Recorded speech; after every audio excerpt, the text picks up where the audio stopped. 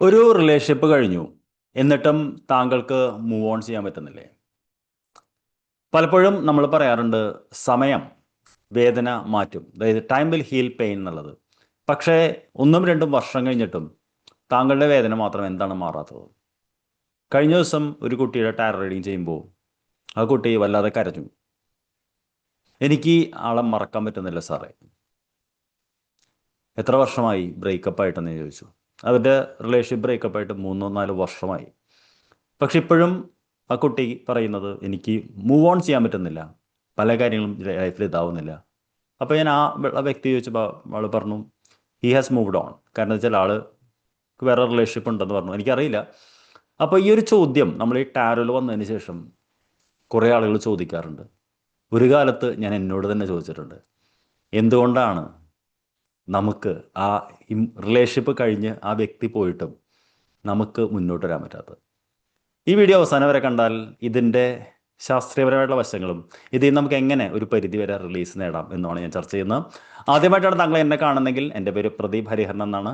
ഞാൻ ഒരു ഇംഗ്ലീഷ് അധ്യാപകനാണ്. ഇപ്പോൾ ഒരു ആത്മീയ മിഷൻ്റെ ഭാഗമായിട്ട് ടാരോ പഠിപ്പിക്കുകയാണ്. താങ്കൾക്കും വൈകാരികമായിട്ട് വിഷമം നേരിടുന്നവരെ സഹായിക്കണം ടാരോയിലൂടെ എന്ന് ആഗ്രഹമുണ്ടെങ്കിൽ താഴെയുള്ള ലിങ്കിൽ ക്ലിക്ക് ചെയ്ത് എൻ്റെ സൗജന്യ വെബിനാറിൽ പങ്കെടുത്ത് ടാരോ ആഴത്തിൽ പഠിക്കാവുന്നതും ഒരുപാട് പേരെ സഹായിക്കുന്നതുമാണ്. ഇനി സ്ഥിരമായിട്ട് എന്നെ കാണുന്ന ആളാണെങ്കിൽ thank you very much dear.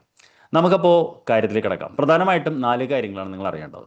ആദ്യമായിട്ട് നമ്മൾ അറിയേണ്ടത് എന്തുകൊണ്ടാണ് ഒരു റിലേഷൻഷിപ്പ്, അത് ബ്രേക്കപ്പ് ആവാം, ലവ് അഫെയർ ആവാം, അല്ലെങ്കിൽ മാരേജ് തന്നെ ആവാം, മരണം, അത് ഞാൻ ഡിസ്കസ് ചെയ്യുന്നില്ല. ബാക്കി 3 കാര്യങ്ങൾ മാത്രമേ ഡിസ്കസ് ചെയ്യുന്നുള്ളൂ. അതിനുശേഷം നമുക്ക് ജീവിതത്തിൽ മുന്നോട്ട് പോകാൻ പറ്റും, അതായത് നമ്മുടെ പണ്ടത്തെ ഒരു സെൽഫിലേക്ക് പോകാൻ പറ്റുന്നില്ല, നമുക്ക് നോർമലായിട്ട് ഫങ്ഷൻ ചെയ്യാൻ പറ്റുന്നില്ല, നമ്മൾ ഈ വ്യക്തിനെ കുറിച്ച് ആലോചിച്ചുകൊണ്ടിരിക്കുന്നു, ദുഃഖിക്കുന്നു, കരയുന്നു, അതായത് നമ്മുടെ ജീവിതത്തിലൊരു എനർജി പോയ പോലെ, അല്ലെങ്കിൽ ഒരു സന്തോഷം പോയ പോലെ, അല്ലെങ്കിൽ നമുക്കൊന്നും ചെയ്യാൻ തോന്നുന്നില്ല, ലക്ഷ്യങ്ങളില്ലാതെ തോന്നുന്നത്.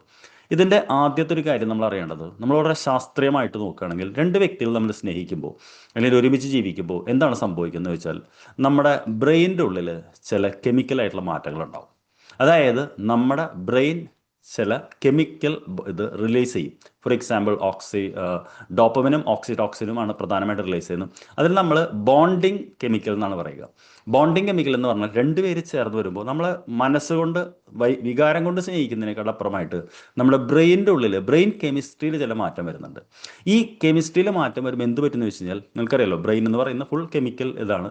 അതുകൊണ്ടാണ് പലപ്പോഴും നമ്മൾ ഈ സൈക്കോളജിയിൽ പിൽസ് കൊടുക്കുന്നത്, കാരണം കെമിക്കലിനെ കെമിക്കൽ വെച്ച് ട്രീറ്റ് ചെയ്യാന്നുള്ളത്. പിന്നെ ആ ഏരിയയിലേക്ക് പോകുന്നില്ല. അപ്പോൾ നമ്മൾ മനസ്സിലാക്കണം എന്ന് വെച്ചാൽ, നമ്മളൊരാളെ സ്നേഹിക്കുന്നു, ഒരാളുടെ കൂടെ കുറച്ച് കാലം ജീവിക്കുന്നു, വിവാഹത്തിലോ സ്നേഹത്തിലോ എന്തുവാണെങ്കിലും അതിന് മുമ്പത്തെ ബ്രെയിൻ അല്ല, അത് കഴിഞ്ഞിട്ടുള്ള brain. That is the brain has undergone some changes chemically, അതായത് രസതന്ത്രപരമായിട്ട് ചില മാറ്റങ്ങൾ വന്നിട്ടുണ്ട്. അപ്പോൾ ഈ വ്യക്തി പോവുകയാണ്, അത് ബ്രേക്കപ്പോ ഡിവോഴ്സ് എന്തെങ്കിലും ആവട്ടെ. അപ്പം എന്ത് പറ്റും, ബ്രെയിനിൻ്റെ ഈ കെമിക്കൽ ചേഞ്ചിന് അത് മനസ്സിലാക്കാൻ പറ്റുന്നില്ല. ഇത് പലപ്പോഴും നമ്മൾ വിചാരിക്കുന്ന പോലെയല്ല. അത് അപ്പോൾ ആ ഒരു കെമിക്കൽ ഇതിന് ആ വ്യക്തി ഉള്ളപ്പോഴാണ് പൂർണ്ണമാകുന്നത്. ആ വ്യക്തി പോയതിന് തിരിച്ചറിയാൻ പറ്റത്തില്ല. അങ്ങനെ വരുമ്പോഴാണ് നമുക്കൊരു വല്ലാത്തൊരു ലോങ്ങിങ് തോന്നുന്നത്. ലോങ്ങിങ് എന്ന് പറഞ്ഞു കഴിഞ്ഞാൽ മിസ് ചെയ്യുന്നു, ഭയങ്കര ഇത് തോന്നുന്നു. അപ്പോൾ എന്ത് പറ്റും എന്ന് പറഞ്ഞു കഴിഞ്ഞാൽ, നമുക്ക് ഈ വ്യക്തിനെ കുറിച്ച് നമ്മൾ ആലോചിക്കും, ഒരുപാട് ചിന്തിക്കും. പ്രധാനമായിട്ടും നമ്മൾ ചെയ്യുന്ന ഒരു ലൂപ്പ് എന്ന് പറയുന്നത്, നമ്മൾ പഴയ ഓർമ്മകളിലേക്ക് പോകും. പഴയ ഓർമ്മകളിലേക്ക് പോകുന്നില്ല, കുഴപ്പമില്ല. പഴയ ഓർമ്മകൾ എഡിറ്റഡ് വെർഷനിലേക്ക് പോകും. എഡിറ്റഡ് വെർഷൻ എന്ന് പറഞ്ഞു കഴിഞ്ഞാൽ നല്ല നിമിഷങ്ങളെല്ലാം ബ്രെയിൻ റീപ്ലേ ചെയ്യും, അത് മനോഹരമായിട്ട് പ്ലേ ചെയ്യും. കാലങ്ങൾ കഴിയുന്തോറും നമ്മൾ വഴക്കടിച്ചത്, ഈ വ്യക്തിയുടെ നെഗറ്റീവായിട്ടുള്ള ആസ്പെക്റ്റ് എന്ന് പറയുന്ന കാര്യങ്ങളെല്ലാം ബ്രെയിൻ സർപ്രസ് ചെയ്യും. അതായത് ഇൻ ഇഫക്റ്റ് നമുക്ക് തോന്നും നമ്മൾ എന്തോ വലിയൊരു അപരാധം ചെയ്തു എന്നുള്ളത്. അതായത് നമ്മളൊരിക്കലും ആ വ്യക്തിനെ പൂർണ്ണതയിലോ റിയാലിറ്റിയിലോ കാണാൻ ബ്രെയിൻ സമ്മതിക്കില്ല. എന്തുകൊണ്ടെന്ന് വെച്ചാൽ ബ്രെയിൻ കെമിസ്ട്രിയിൽ മാറ്റം വന്നിട്ടുണ്ട്. പിന്നൊരു കാര്യം എന്ന് പറയുന്നത്, പലപ്പോഴും നമ്മൾ മിസ് ചെയ്യുന്നത് ആ വ്യക്തിനെ അല്ല, ആ വ്യക്തിയുടെ കൂടെ ഇരുന്ന നിമിഷങ്ങളാണ്. നമ്മളതിനെ ഫീലിങ്സ് എന്ന് പറയും, എക്സ്പീരിയൻസ്. ഫോർ എക്സാമ്പിൾ, ആ വ്യക്തിയുള്ള സമയത്ത് നമ്മുടെ ജീവിതത്തിൽ നമുക്ക് വരുന്ന ചില എന്താ പറയുക കംഫർട്ട്. ഫോർ എക്സാമ്പിൾ, വിവാഹം കഴിയുന്നവരാണെങ്കിൽ അവർ ഭക്ഷണം ഉണ്ടാക്കി തന്നിരുന്നെങ്കിൽ ആ ഒരു ഇത്, അങ്ങനത്തെ പല മെമ്മറീസും കാര്യങ്ങളും നമ്മുടെ ബ്രെയിൻ കിടന്ന് റീപ്ലേ ചെയ്യും. അതാണ് ഇതിൽ വരുന്ന പ്രശ്നം. അപ്പോൾ അതുകൊണ്ടാണ് നമുക്കൊരു റിലേഷൻഷിപ്പ് കഴിഞ്ഞ് ഒരുപക്ഷെ ശരിക്കും ശാസ്ത്രീയമായിട്ട് പറയുകയാണെങ്കിൽ 4 വർഷം വരെ ആ കെമിക്കൽ ബോണ്ട് അതേപോലെ തന്നെ ഉണ്ടാവും എന്നാണ് പറയുന്നത്. അതുകൊണ്ടാണ് നമുക്ക് പെട്ടെന്ന് ഓവർകം ചെയ്ത് മുന്നോട്ട് പോകാൻ പറ്റാത്തത്. അതിൽ ഒരിക്കലും നമ്മുടെ കുറ്റമല്ല കേട്ടോ, അത് ആ ഒരു എന്താ പറയുക ബ്രെയിനിന് വന്നിട്ടൊരു മാറ്റമാണ്. അപ്പോൾ ഇതിൻ്റെ പ്രധാനപ്പെട്ട പ്രശ്നം എന്താണ്? നമ്മൾ എഡിറ്റഡ് മെമ്മറീസ് റീപ്ലേ ചെയ്യും. 2 എന്ന് പറയുന്നത് ശരിക്കും നമ്മൾ ആ വ്യക്തിനെ അല്ല, ആ വ്യക്തിയുടെ കൂടെ ഇരുന്ന കുറേ നിമിഷങ്ങൾ, ഫീലിങ്സ്, അതാണ് റീപ്ലേ ചെയ്യുന്നത്. അപ്പോൾ ഇതാണ് നമ്മൾ ആദ്യം തന്നെ മനസ്സിലാക്കേണ്ടത്. പിന്നെ ഏറ്റവും അവസാനമായിട്ട് നമ്മൾ മനസ്സിലാക്കേണ്ട കാര്യം എന്ന് വെച്ച് കഴിഞ്ഞാൽ, നമ്മൾ ഈ വ്യക്തിനെ കുറിച്ച് ഇങ്ങനെ ചിന്തിക്കുമ്പോൾ നമ്മൾ എപ്പോഴും മെമ്മറീസ് എന്ന് പറയുന്നത് കാലങ്ങൾ ചെല്ലും തോറും അത് ഗ്ലോറിഫൈ ചെയ്തു വരും. അതായത് റിയാലിറ്റിയിൽ നിന്ന് മാറി മാറി മാറി മാറി വരുന്നതാണ് പറയുന്നത്. അപ്പോൾ നമുക്കൊരു വ്യക്തി ബ്രേക്കപ്പ് ആയിട്ട് പോയിട്ടും നമുക്ക് ആ ഒരു ഇത് വരുന്നുണ്ടെങ്കിൽ നമ്മളത് ഒന്നിനെയും കുറ്റം പറയേണ്ട കാര്യമില്ല. അത് നമ്മുടെ ഒരു ഇതല്ല. പ്രധാനമായിട്ട് നമ്മൾ മനസ്സിലാക്കണം എന്താ വെച്ചാൽ, ഇത് ചില ട്രിഗേഴ്സ് എന്ന് പറയും. ട്രിഗേഴ്സ് എന്ന് പറഞ്ഞു കഴിഞ്ഞാൽ നമ്മൾ ജീവിതത്തിൽ നോർമലായിട്ട് ഫംഗ്ഷൻ ചെയ്യുന്നുണ്ടാവും. അങ്ങനെ പെട്ടെന്ന് ഈ വ്യക്തിയുടെ ഒരു ഫോൺ കോളോ അല്ലെങ്കിൽ മറ്റൊരാൾ ഈ വ്യക്തിനെ കുറിച്ച് പറയുകയോ അല്ലെങ്കിൽ അവരുടെ ഫോട്ടോ കാണുകയോ ഇതെല്ലാം ചെയ്യുമ്പോൾ വീണ്ടും ഇതാകും. ഏറ്റവും ഇമ്പോർട്ടൻ്റ് ആയിട്ടൊരു കാര്യമുണ്ട്, അത് പെട്ടെന്ന് മനസ്സിൽ നിന്ന് പോയി ഇപ്പോഴാണ് കയറി വന്നത്. അതായത് നമ്മളൊരാളെ സ്നേഹിക്കുമ്പോൾ അല്ലെങ്കിൽ വിവാഹം കഴിക്കുമ്പോൾ നമ്മുടെ വ്യക്തിത്വത്തിലൊരു മാറ്റം വരും. ഫോർ എക്സാമ്പിൾ, ഇന്ന ആളുടെ ഹസ്ബൻഡ് അല്ലെങ്കിൽ ഇന്ന ആളുടെ ഭാര്യ എന്ന രീതിയിലാണ് നമ്മൾ അറിയപ്പെടുന്നത്, അല്ലെങ്കിൽ ഇന്ന ആളുടെ ലവ്. ആൾ പോകുമ്പോൾ നമുക്ക് ആ ഐഡൻറ്റിറ്റിയാണ് നഷ്ടപ്പെടുന്നത്. ഫോർ എക്സാമ്പിൾ, ഒരാൾ വിവാഹം കഴിച്ചിട്ടുണ്ടെങ്കിൽ ആ വിവാഹിതനാണെങ്കിൽ അയാൾ പറയും ഇന്ന ആളുടെ ഹസ്ബൻഡാണെന്ന ഒരു ഐഡൻറ്റിറ്റി അയാൾക്ക് എക്സ്ട്രാ കിട്ടിയിട്ടുണ്ടാവും.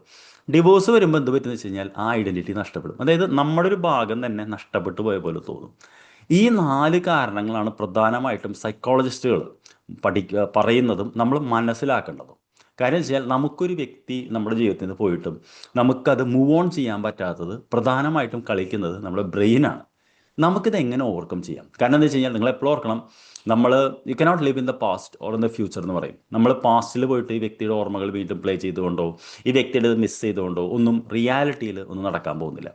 പലരും വന്ന് നമ്മളോട് ടാരോയിൽ ചോദിക്കും, സാർ തിരിച്ചു വരുമോ, റീയൂണിയൻ നടക്കുമോ എന്നൊക്കെ ചോദിക്കും. അതായത് അവരുടെ ആഗ്രഹമാണ് അവിടെ അവർ ചോദിക്കുന്നത്, അല്ലാതെ ഒരു ക്ലാരിറ്റിക്കോ ഗൈഡൻസിന് വേണ്ടിയിട്ട് വരുന്നതല്ല.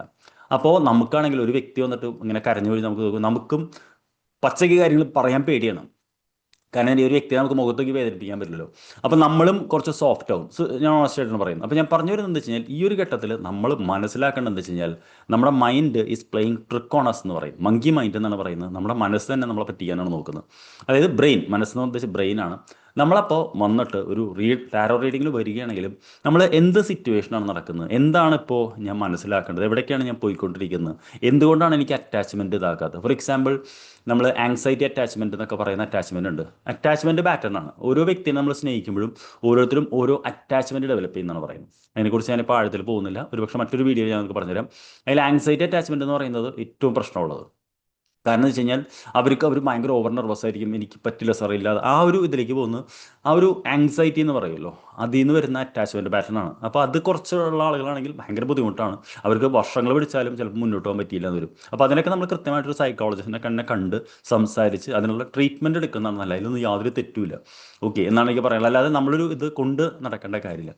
ഇനി നമുക്ക് എന്ത് ചെയ്യാം പ്രായോഗിക തലത്തിൽ എന്ന് ചോദിച്ചു കഴിഞ്ഞാൽ, ഏറ്റവും വലിയൊരു റിക്വസ്റ്റ് എന്ന് പറയുന്നത്, നമ്മളൊരു വ്യക്തി മുന്നോട്ട് പോയി കഴിഞ്ഞാൽ നമുക്കുള്ള ഇമോഷണൽ ഇമ്പൾസസ്, ട്രിഗേഴ്സ് ഒഴിവാക്കണം എന്ന് പറയും.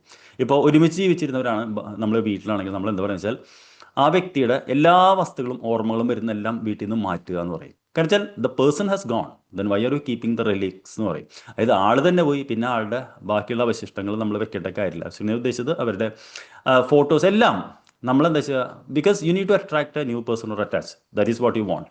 അപ്പോൾ അതാണ് നമ്മൾ ഫസ്റ്റ് ആയിട്ട് ചെയ്യണമെന്ന് പറയുന്നത്. അതായത് അവരുടെ മെമ്മറി, ഈവൻ ആ സമയത്ത് വീട്ടിൽ ചെയ്ത പെയിൻറ്റ് വരെ നമ്മൾ മാറ്റണം എന്ന് പറയും. കാര്യം എന്ന് വെച്ച് കഴിഞ്ഞാൽ ആ ഒരു ഇത് വരാതിരിക്കാൻ, കട്ടിൽ, ഫോർ എക്സാമ്പിൾ ബെഡ്ഷീറ്റ്, അങ്ങനെ ആ ഒരു എൻവയറൺമെൻറ്റ് ചേഞ്ചാണ് വരുന്നത്. സെക്കൻഡ് തിങ് എന്ന് പറയുന്നത്, നമ്മൾ ഈ അവരുടെ സ്റ്റേറ്റസ് ചെക്ക് ചെയ്യൽ അല്ലെങ്കിൽ അവരെക്കുറിച്ച് വരുന്നത് അത് നമ്മൾ പരമാവധി ഒഴിവാക്കുക എന്നുള്ളതാണ്. കാരണം if that person has gone, വരാനുണ്ടെങ്കിൽ വരും എന്നുള്ളതാണ്. പിന്നെ അതിനേക്കാളും പ്രധാനമായിട്ട് നമ്മുടെ ഐഡൻറ്റിറ്റിയിൽ ചില മാറ്റങ്ങൾ വരുത്തണം. അതായത് നമ്മൾ ഒരേ ഐഡൻറ്റിറ്റി ഒരേപോലെ നമ്മൾ ഇതായി കഴിഞ്ഞാൽ നമുക്കതിൽ നിന്ന് മുന്നേറാൻ പറ്റില്ല. ഉദാഹരണത്തിന് നമ്മൾ പൊതുവെ സജസ്റ്റ് ചെയ്യാറുള്ളത് വെച്ച് കഴിഞ്ഞാൽ ഹെയർ സ്റ്റൈലിൽ മാറ്റം വരുത്താൻ പറയാറുണ്ട്, ഡ്രസ്സിങ് പാറ്റേണിൽ, കളർ. കാരണം വെച്ചാൽ നമുക്കിപ്പോൾ എന്താ പറയുക, നമ്മുടെ ഒരു ഡ്രസ്സ് ഉണ്ട്, നമ്മൾ ഒരുമിച്ചൊരു അമ്പലത്തിലേക്കോ കല്യാണത്തിലോ പോകുമ്പോൾ ആ ഡ്രസ്സ് വീണ്ടും കാണുമ്പോൾ നമ്മൾ പെട്ടെന്ന് അസോസിയേറ്റ് ചെയ്യുന്ന വ്യക്തിയായിട്ടാണ്. അപ്പോൾ അൾട്ടിമേറ്റ്ലി എന്ത് പറ്റുമെന്ന് വെച്ച് കഴിഞ്ഞാൽ, ഇത് നമ്മൾ എന്താ പറയുക സ്വയം കുത്തി വേദനിച്ചുകൊണ്ടേയിരിക്കും എന്നല്ലാതെ മുന്നോട്ട് പോകില്ല. നിങ്ങളൊരു കാര്യം ഓർക്കണം, പ്രായം കാലം മുന്നോട്ട് നീക്കിക്കൊണ്ടിരിക്കും. നമ്മളൊരു 3-4 വർഷം കഴിഞ്ഞ് തിരിഞ്ഞു നോക്കുമ്പോൾ പഴയ ഫോട്ടോയിൽ നമ്മൾ തമ്മിൽ വ്യത്യാസം ഉണ്ടാവും, സ്കിൻ ടോൺ എല്ലാം. അപ്പോൾ ജീവിതം എന്ന് പറയുന്നത് പലപ്പോഴും നമുക്കറിയാലോ, ഒരു ജീവിതമുള്ളൂ. അത് നമുക്ക് ബ്രേക്കപ്പ് ഒക്കെ വരുമ്പോൾ പകുതി ജീവിതമായിട്ടുണ്ടാവും. പിന്നെയുള്ള ജീവിതത്തിൽ നമ്മളിത് കൊണ്ടു നടക്കണം ഈ പെയിൻ എന്നുള്ളതാണ്. അപ്പോൾ പ്രധാനമായിട്ടും എനിക്ക് പറയാനുള്ളത്, ഞാൻ നിങ്ങൾക്കൊരു സയൻറ്റിഫിക് ആയിട്ട് റീസൺ തന്നാണ് എന്തുകൊണ്ടാണ് ബ്രേക്കപ്പായിട്ട് നമുക്ക് മുന്നോട്ട് പോകാൻ പറ്റാത്തുള്ളത്. പിന്നെ നമുക്ക് ചെയ്യാവുന്നത് എന്താ വെച്ച് കഴിഞ്ഞാൽ, നമ്മൾ ജേർണലിംഗ് എന്ന് പറയും. അതായത് പ്രധാനമായിട്ട് നമ്മൾ ഫുൾ മൂൺ ഡേ ഒരു മെഴുകുതിരി കത്തിച്ച് വെച്ചിട്ട് നമ്മൾ ഈ വ്യക്തിയോട് ഒരു എന്താ പറയുക ഒരു ലെറ്റർ എഴുതുന്നു. നമുക്ക് എന്ത് വേണമെങ്കിൽ എഴുതാം, എന്നിട്ട് നമ്മൾ കത്തിച്ച് കളയണം, അയച്ചേക്കരുത്. രണ്ട്, നമ്മൾ നമുക്കൊരു കത്ത് എഴുതുന്നു. എന്തിനാണെന്ന് പറഞ്ഞു കഴിഞ്ഞാൽ നമ്മളോട് ക്ഷമിച്ചുകൊണ്ടും സ്വയം നമ്മൾ ഹീലിംഗ് ചെയ്തുകൊണ്ടും. അങ്ങനെ ആ ഇമോഷൻസ്, സപ്രസ്ഡ് ഇമോഷൻസ് നമ്മളിങ്ങനെ കളഞ്ഞ് കളഞ്ഞ് വന്നാലേ നമുക്ക് മാറ്റങ്ങൾ ഉണ്ടാവുള്ളൂ. നമുക്ക് പുതിയ എന്താ പറയുക കാര്യങ്ങൾ പഠിക്കാൻ നോക്കാം. നമുക്കിപ്പോൾ മുമ്പ് ഇഷ്ടം ഉണ്ടായിരുന്നു, കാരണം മൈൻഡ് മാറണമല്ലോ. പുതിയൊരു എൻവയറമെൻറ്റിലേക്ക് വരാം, പുതിയ കൂട്ടുകാരെ തേടാൻ നോക്കാം. അതേസമയം നമ്മൾ എന്താ പറയുക അനാരോഗ്യകരമായിട്ടുള്ള മദ്യപാനം, പുകവലി, അല്ലെങ്കിൽ അഡിക്ഷൻ, ഈവൻ നമ്മൾ എന്താ പറയുക ഇൻസ്റ്റാഗ്രാമിൽ ഒരുപാട് നേരം സ്ക്രോൾ ചെയ്തിരിക്കുക, യൂട്യൂബിൽ സ്ക്രോൾ ചെയ്തിരിക്കുക എന്ന് പറയുന്നത് എല്ലാം ഒരു അഡിക്ഷൻ തന്നെയാണ്. അത് ഒഴിവാക്കിക്കൊണ്ട് പ്രായോഗിക തലത്തിലേക്ക് വരാം എന്നുള്ളതാണ് പറയാനുള്ളത്. അപ്പോൾ ഈ വീഡിയോ അവസാനിക്കുമ്പോൾ നിങ്ങളോട് പറയാനുള്ള ഒന്നാണ്, ഒരു റിലേഷൻഷിപ്പ് കഴിഞ്ഞിട്ടും മുന്നോട്ട് പോകാൻ താങ്കൾക്ക് കുറച്ചു കാലം പറ്റിയില്ലെങ്കിൽ അത് താങ്കളുടെ കുറ്റമല്ല. Don't take the blame on you my dear. അത് നമ്മുടെ ബ്രെയിൻ നമ്മളെ ഇതാക്കിക്കൊണ്ടിരിക്കുന്നതാണ് എന്നറിയിക്കാൻ വേണ്ടിയിട്ടാണ്. പക്ഷേ ബ്രെയിൻ അത് നമ്മൾ വീണ്ടും വീണ്ടും അത് കണ്ടാൽ അത് വീണ്ടും വീണ്ടും വരും, അതിനെ അനുവദിക്കരുത്. യു മസ്റ്റ് മൂവ് ഓൺ എന്നുള്ളതാണ് നമുക്ക്, അതാണ് പ്രധാനമായിട്ടും പറയാനുള്ളത്. ഇനി അടുത്തൊരു വീഡിയോയിൽ എന്തുകൊണ്ടാണ് നമ്മുടെ എക്സ് എന്ത് ചിന്തിക്കുന്നു, അല്ലെങ്കിൽ എന്ത് വിചാരിക്കുന്നു, എന്ത് ചെയ്യുന്നു എന്നൊക്കെ നോക്കണം എന്ന് ആഗ്രഹിക്കുന്നതെന്ന് ഞാൻ നിങ്ങൾക്ക് ഷെയർ ചെയ്ത് തരാം. Before you go, if you really like this video, please to like my video and comment. Until we meet in the next video, this is your trainer Pradeep signing off. Thank you for watching there.